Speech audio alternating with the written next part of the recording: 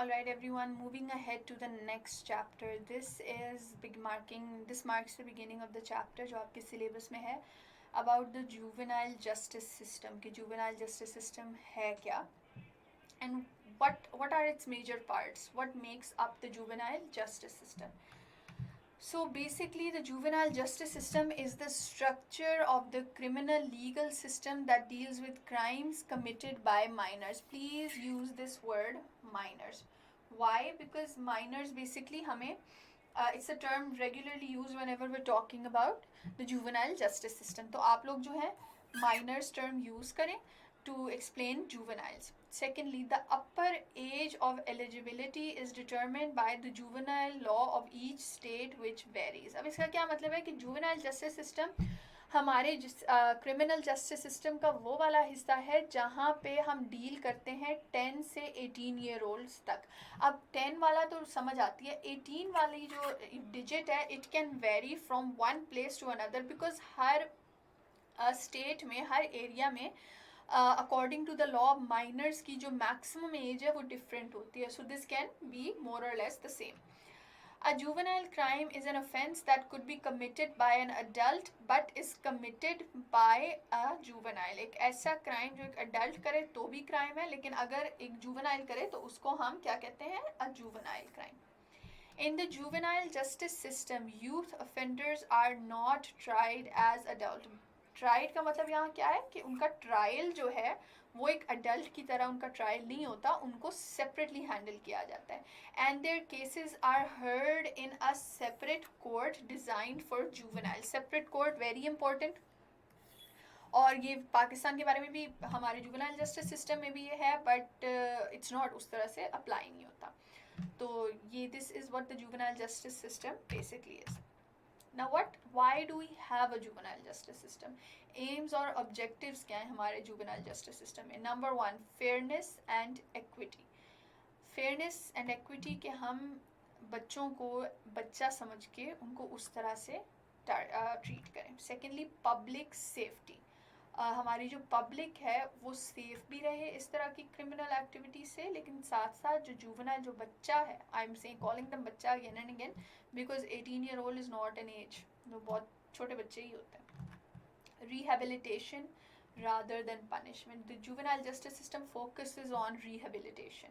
जो हमने पीछे पढ़ा था कि किसी के अंदर किसी को सुधारना in a positive way, उसको सही रास्ते पे लेके आना. तो juvenile justice system focuses on this.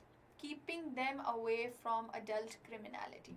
आप अगर एक 15 साल के बच्चे ने चोरी किया, आप उस बच्चे को 40-40 साल के सीरियस क्रिमिनल्स के साथ अगर जेल में रखेंगे या उनके साथ कोर्ट ट्रायल्स वगैरह भी उनकी चलेंगे, आप मुझे बताएं उनका नेगेटिव इन्फ्लुएंस होगा कि नहीं होगा उन बच्चों पे? ऑफ कोर्स होगा. So keeping these people in these kids in their tender as, उनको ऐसे अडल्ट क्रिमिनल से दूर रखना. Prevent labelling. लेबलिंग हम नहीं चाहते कि एक बच्चा अपनी लाइफ के स्टार्ट में ही बुरा समझा जाए और फिर उसके साथ सारी ज़िंदगी वो बुरे वाला टैग रहे. This is why we try कि हम जुवेनाइल जस्टिस सिस्टम के थ्रू उसको एक परमानेंट क्रिमिनल ना बना दें. Positive youth development. Like I said, आपकी जो कंट्री है उसका फ्यूचर उसका यूथ है, तो इस तरह से जुवेनाइल जस्टिस सिस्टम को सही रख के हम अपनी यूथ को सही ट्रैक पे लेके जा सकते हैं. सो what makes up the juvenile justice system? हमारे juvenile justice system के working limbs क्या हैं? नंबर वन, द पुलिस, जिन्होंने जाना है और अरेस्ट करना है. अब ये हम अगले लेक्चर में पढ़ेंगे किस तरह से पुलिस काम करती है और जुवेनाइल्स के केस में उन्होंने किस तरह से बिहेव करना है. Secondly, prosecution. This is why I wanted you to study juvenile justice system afterwards, because अब आपको पता है पुलिस का प्रोसिक्यूटर का क्या रोल है. तो प्रोसिक्यूशन ने क्या करना होता है, what do they have to do differently in the case of a juvenile, but they do have a very important role. The जज. अब जाहिर है जज जो है, ये तीनों तो वैसे ही क्रिमिनल जस्टिस सिस्टम की बेसिक लिम्स है ना, इन्होंने भी हाउ द जज is suppose to handle a juvenile case differently. The lawyer, उनका जो डिफेंस अटर्नी है, उस बच्चे की जिसने उसको कोर्ट में डिफेंड करना है, he is also a part of this. The next is the social welfare officers. वो ऑफिसर्स जो इस तरह की यूथ को हेल्प आउट करती है. And the last is the probation officer. हमारे अच्छा जुवेनाइल जस्टिस सिस्टम में प्रोबेशन इज़ ऑलवेज प्रेफर्ड. कोशिश किया जाता है कि उस बच्चे को जेल भेजा ही ना जाए.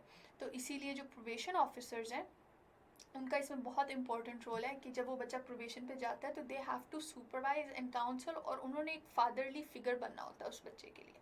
तो प्रोबेशन ऑफिसर का बहुत ज़्यादा इंपॉर्टेंट रोल है जुवेनाइल जस्टिस सिस्टम में. अब पाकिस्तान में जो हमारा जुवेनाइल जस्टिस सिस्टम है, what are the relevant laws. There are a few laws जो कि जुवेनाइल्स को डिफरेंटली ट्रीट करता है. First of all we have the PPC of 1860, वही outdated law. Secondly we have the CrPC of 1898. अब ये तो सारे, ये ओवरऑल सारे क्राइम्स में है. ये हमारा सब्सटेंटिव लॉ है, ये हमारा प्रोसीजरल लॉ है, लेकिन इनमें जुवेनाइल्स का भी मेंशन है. A very important one, I think this is, the date is wrong. ये डेट सॉरी इट्स रॉन्ग, आप लोग इसको चेक कर लीजिएगा. Punjab youthful offenders ordinance, I think it's 1983. This we have the juvenile just, हाँ जी it's 1983. We have the juvenile justice act of 1986.